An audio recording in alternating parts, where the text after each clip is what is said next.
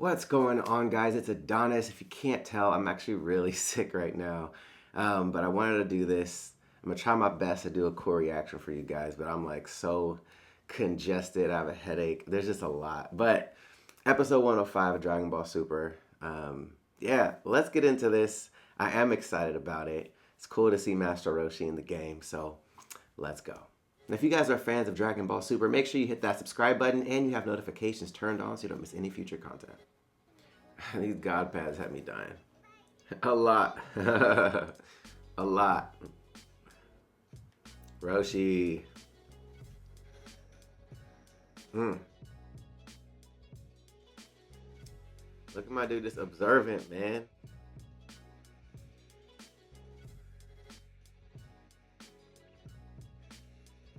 mm.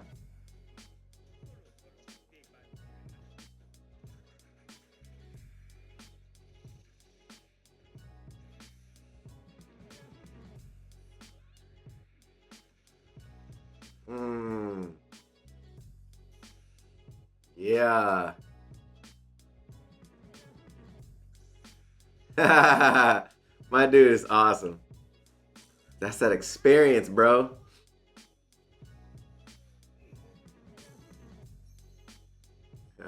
Got him.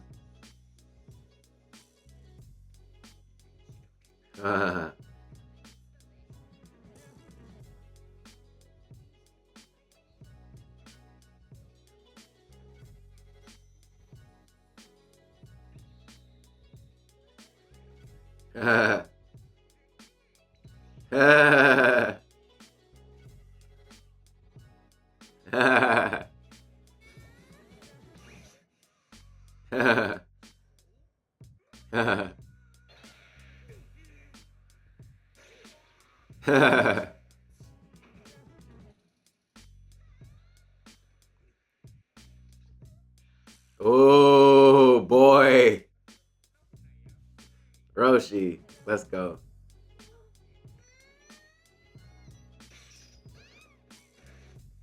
Yep, man, Roshi's tight.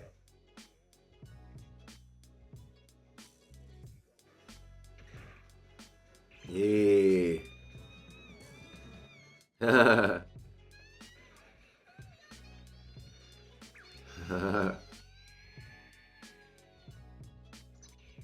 Damn, he's ran away. mm.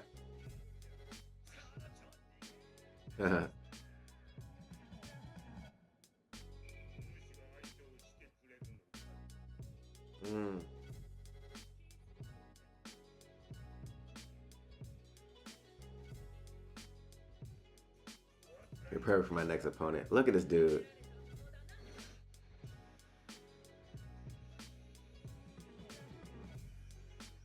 Roshi.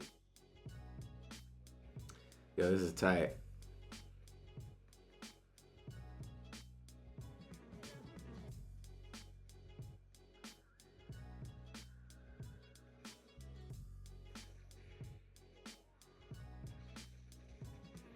Let's go, Roshi.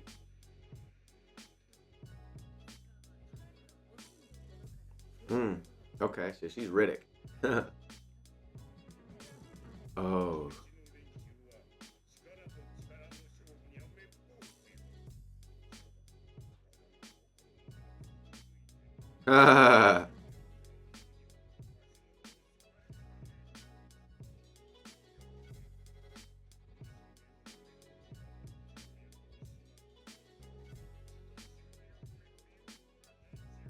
Evil containment wave? Hey! With the Mafuba, bro.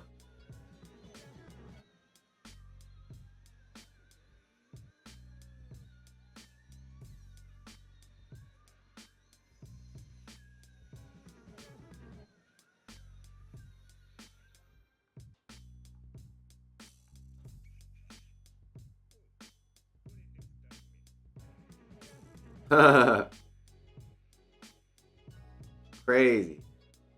That was tight.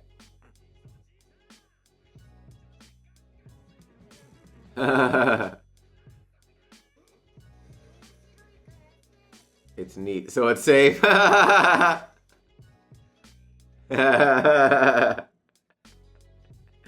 Yo, it's neat, so it's safe. Yo, that's crazy. Okay. So it's the snitch.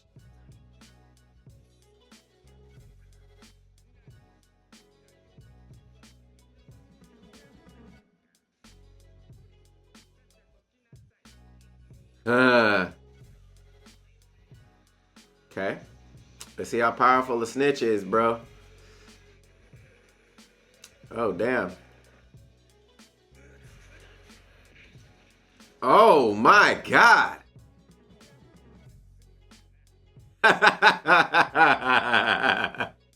Roshi is so dope.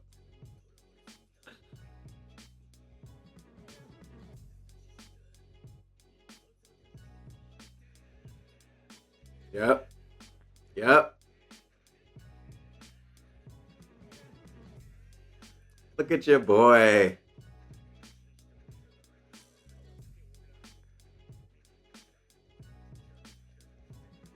Bro, the experience.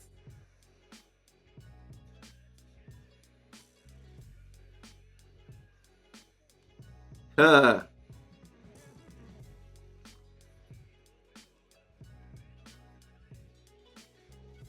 Oh, boy, Roshi. Yep. Bro, that experience, man. That's crazy. Okay. Ooh.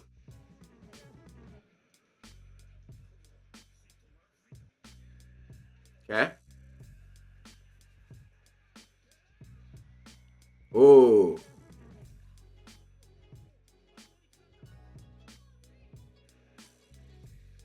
Damn.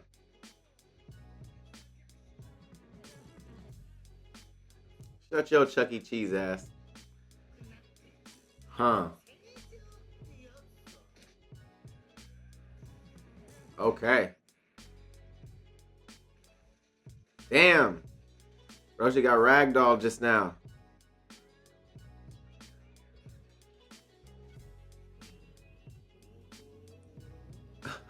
Rockabye, baby. Mmm. Wow.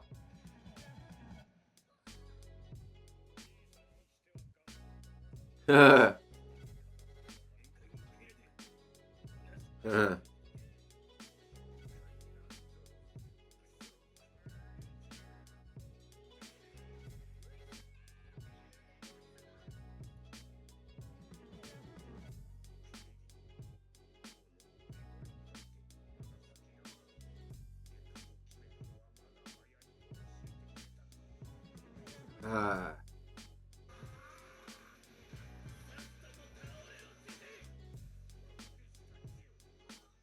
Mm.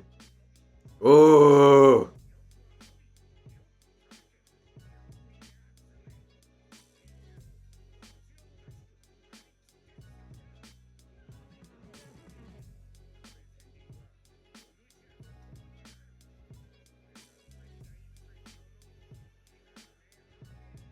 Boy. Boy. Let's go, Roshi. Yo, son.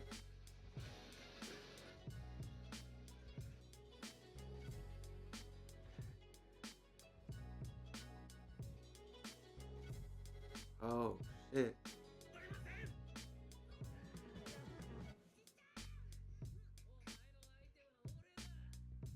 Goku, get out of his shit.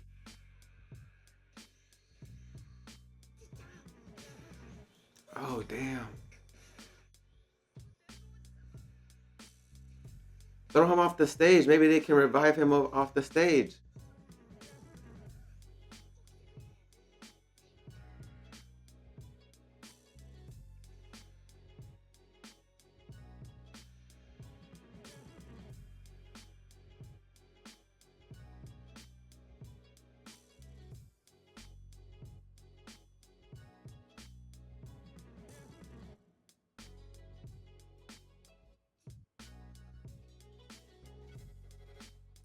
Oh, damn. Sniper from Universe 2. Okay. Oh, wow. So that's dope.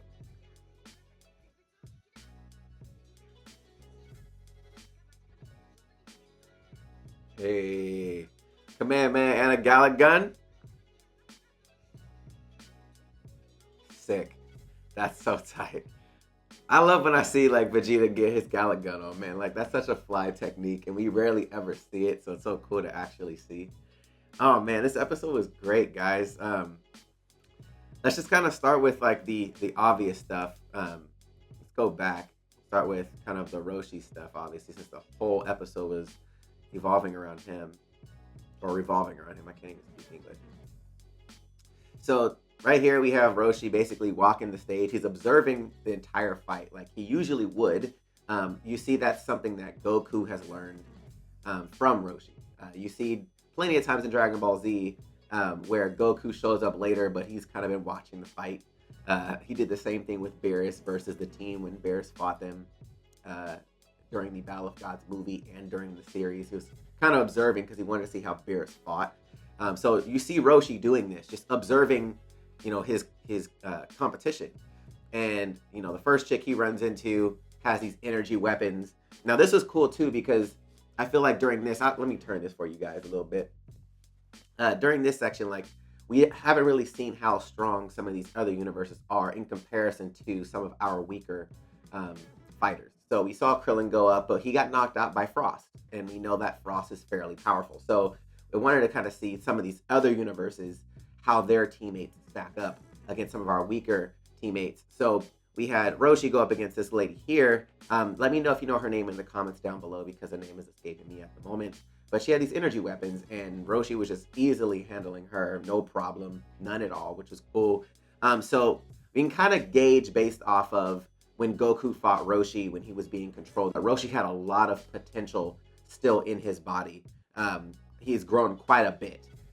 However, he's nowhere near still the level of like Goku, Tien, anybody else. He's definitely probably the weakest on the squad, but it was just dope to see him in this fight against these first two opponents. Both of them being women. Obviously, this one tried to seduce him. Roshi basically snapped out of it while she tried to attack him. So I was actually digging that quite a bit. This photo right here, though, was so fly, man. Like, Roshi just standing on the top of the hill like, yeah, I'm here. We about to get it.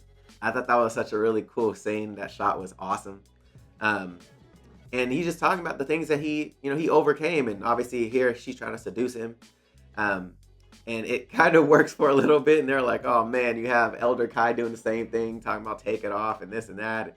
And, Roshi's just, basically showing the difference of skill. It may not be power, but just skill for sure. And, she literally, inevitably jumps off the stage because she's just frightened by Roshi. And it could be based off of how he was explaining what was pent up inside him. So it could have came off a little rapey, but that's Roshi, I guess. I don't know why that's a good thing, but whatever. Now we see this other lady pop up, and she has these talisman where she can, create illusions, which was really neat. Now I don't think we've seen a lot of illusionist type of techniques in Dragon Ball in its entirety. We haven't seen quite a bit. Most of it's kind of straight up brute force and technique. So this was actually a really cool fight between these two. We see Roshi end up using the Mafuba against her, which was so cool to see. Again, we were talking about earlier in the series when, he was talking about, Goku was saying the reason why he didn't get Goten and Trunks is because it's not always about brute force. It's the experience, it's the unique techniques that you may need to fight opponents like this, where, he couldn't move. He had to stay in one place. And he was like, okay, I'm going to shut you down. So he ended up putting the Mafuba on her, put her in the bottle. This was actually a really funny moment, too, because you had Beerus and I keep forgetting Chuck E. Cheese guy. Let me know his name in the comments down below. What's his name? Because I keep forgetting. But they're going at it because technically it was an accessory. It wasn't a weapon, but still it was using a technique. And both Zenos were like, we'll allow it because it's neat.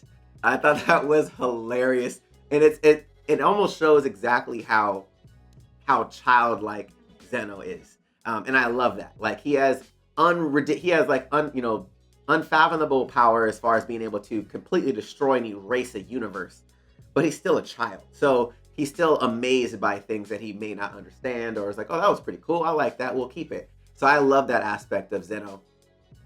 Now this got interesting because during this fight, we finally get to see the quote unquote snitch that was basically running around spying on us on Universe 7 fight finally. And we see that he has the ability to increase his power as the fight goes on. So he inevitably gets stronger. And Master Roshi even points out, like, I need to take this guy out so he doesn't cause a problem for, Goku, Vegeta, and the rest of the team in the future. And this was just a really awesome fight. Like, early on, he thought he had upper hand against Roshi just based off of pure strength. And Roshi even said, yeah, you're going to be stronger than me, but this experience, buddy, like, I'm reading everything that you're doing right now. Like, regardless of what kind of power level you're at or how strong you are, how fast you are, you're so predictable. I love that aspect of Roshi, just showing why he's a master at his craft. And then obviously we see, like, that was awesome. Just kind of brushed him aside, like, come on, youngster. Come on, youngster. This is big boys talking right now. I just thought that was an awesome sequence. And then we finally get to the point where, Master Roshi, the team thought they had him against the ropes, and dude powers up even more, gets more powerful, and just goes on an onslaught on Roshi, just giving him the business. And you could definitely tell that Roshi was outclassed right here. It had nothing to do with experience anymore. He was just completely outmatched physically, speed wise, the whole lot. So Roshi was like, you know what? Time to shut this down. And it was just so dope because we rarely get to see these moments between these characters anymore, as far as like the emotional attachment that they have. Because every major big bad that comes in, obviously they're trying to kill Goku or Vegeta or whoever. They want to fight the strongest, whatever. But you forget sometimes, like, the emotional attachment that these characters have between each other. And then you forget yourself, like, damn, like, he did train Goku and Krillin. He did do all this. Like, you just, it's in the back of your head. You don't forget about it, but you forget the emotional weight there. And this sequence was so awesome that, like, the opponent was basically telling Roshi, like, stay down, old man. You're at your limit. Just stay where you are. And it was just a dope sequence of him saying, like, no, forget that. Like, my limits. And Goku's telling, like, hey, like, just stay down. Like, I'm coming. And he's like, no, man. Like, you guys taught me that, forget the limit. Like, I'm going to push beyond that limit. And he basically went on a suicide mission. Like, that's what he did. He knew that he wasn't going to, like, he was exerting all the rest of his energy in this one Kamehameha, which was unreal. Like, it was so dope. But it was the realization afterwards, like, when he hits the ground, like, and Goku just completely forgets any of, like, the sport that he's having right now. He's having a lot of fun in this tournament fighting these opponents. Obviously, he's in Super Saiyan fighting, this hair gel guy. But this point in time, Goku's just trying to conserve energy. And then when he sees Roshi hit the floor, and here's Krillin, like, Goku, like, go to Roshi. Like, he just says, fuck it. And he goes blue, gets the dude off of him, instant transmission. Like, this is the hero that we forget, that we kind of haven't seen yet in this tournament, because there hasn't been a moment at which you needed a hero, right? They just want to fight the strongest fighters. So this is a really cool moment to kind of have that part of Goku that we haven't seen in a while. Just kind of like fighting because I need to. Like, I have to do this versus because I want to. So I really like that a lot. And then him trying to save Roshi, that was like a crazy sequence, to be completely honest. I was like, damn, like, this is heavy. And even still, like, before that, like, you had Beerus talking about, good job, old man. And Krillin was like, that's Master Roshi. And then afterwards, after he gets up, Beerus was like, what's his name again? Like, I was like, respect. So I just thought it was awesome. And then obviously we have the Goku and Master Roshi sequence as they're walking off. So this episode was so heavy as far as the emotional beats. And it was just cool to see Roshi at it. Like, seeing how strong he is, like it was dope just to kind of get him back in the game for a little bit.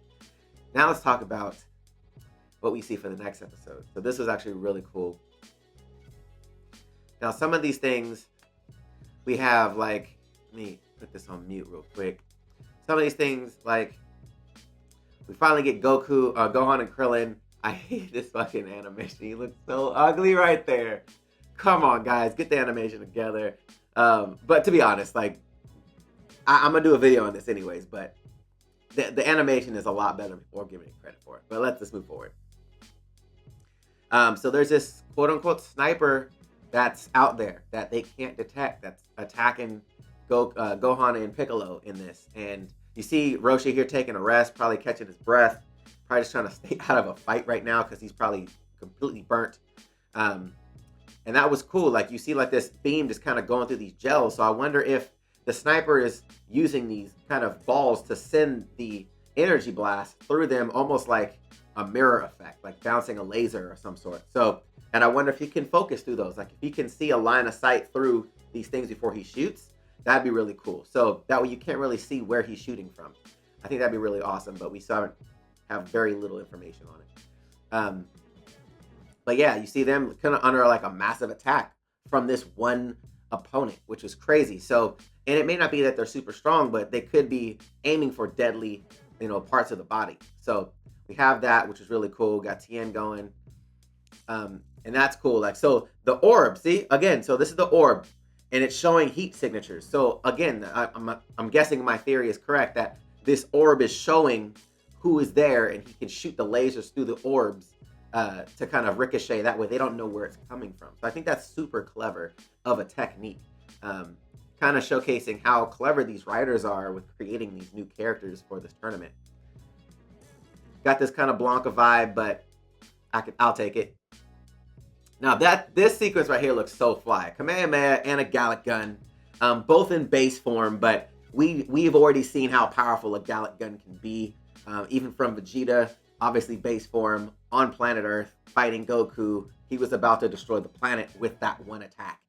So understand that this is not just because he's in base form that it's not strong, and he's obviously God level now. So awesome techniques here. I love when you get to see these kind of moments, and it's cool that we get to see these team ups with Goku and Vegeta. We never really see them ever, besides like some of the movie stuff. Like, so it's really cool in the series that we see them team up against other fighters. I love that aspect of it quite a bit. And then let me see if there's anything else shown. Just a Gallic gun and a Kamehameha again. So cool. But I love this episode, man. Episode 5 was a really cool episode. It wasn't, obviously episode 4 was crazy in its own right. But I love this episode because of the emotional beats, because we get to see Roshi get it in, just to show what kind of fighter he is. Like, we just forget, you know what I mean? We forget how cool of a fighter, of a character he is, especially in his heyday. It's just dope to see. And then at the end, the respect that Beerus gives him was just like a perfect ending of the episode. But let me know what you guys thought about episode 105. Again, I apologize for being sick and being on camera, but I wanted to do something for you guys. I've been off and on throughout the week, so yeah, that's kind of why I haven't had any content up. But let me know your thoughts on 105. Are you excited about episode 106? Let me know in the comment section down below what your theories are as well. If you guys like the reaction, hit that thumbs up button, show your boy some love. Make sure you guys are subscribed to the channel as well and have that notification bell turned on so you don't miss any future content. Once I get out of this sick thing, I'll have more content coming out, guys. I haven't been able to produce anything. So other than that, guys, if you want to check out my last DBZ video, the link will be right here to the side. Or Dragon Ball Super video. Yeah. All right, guys. Until next time. See you later.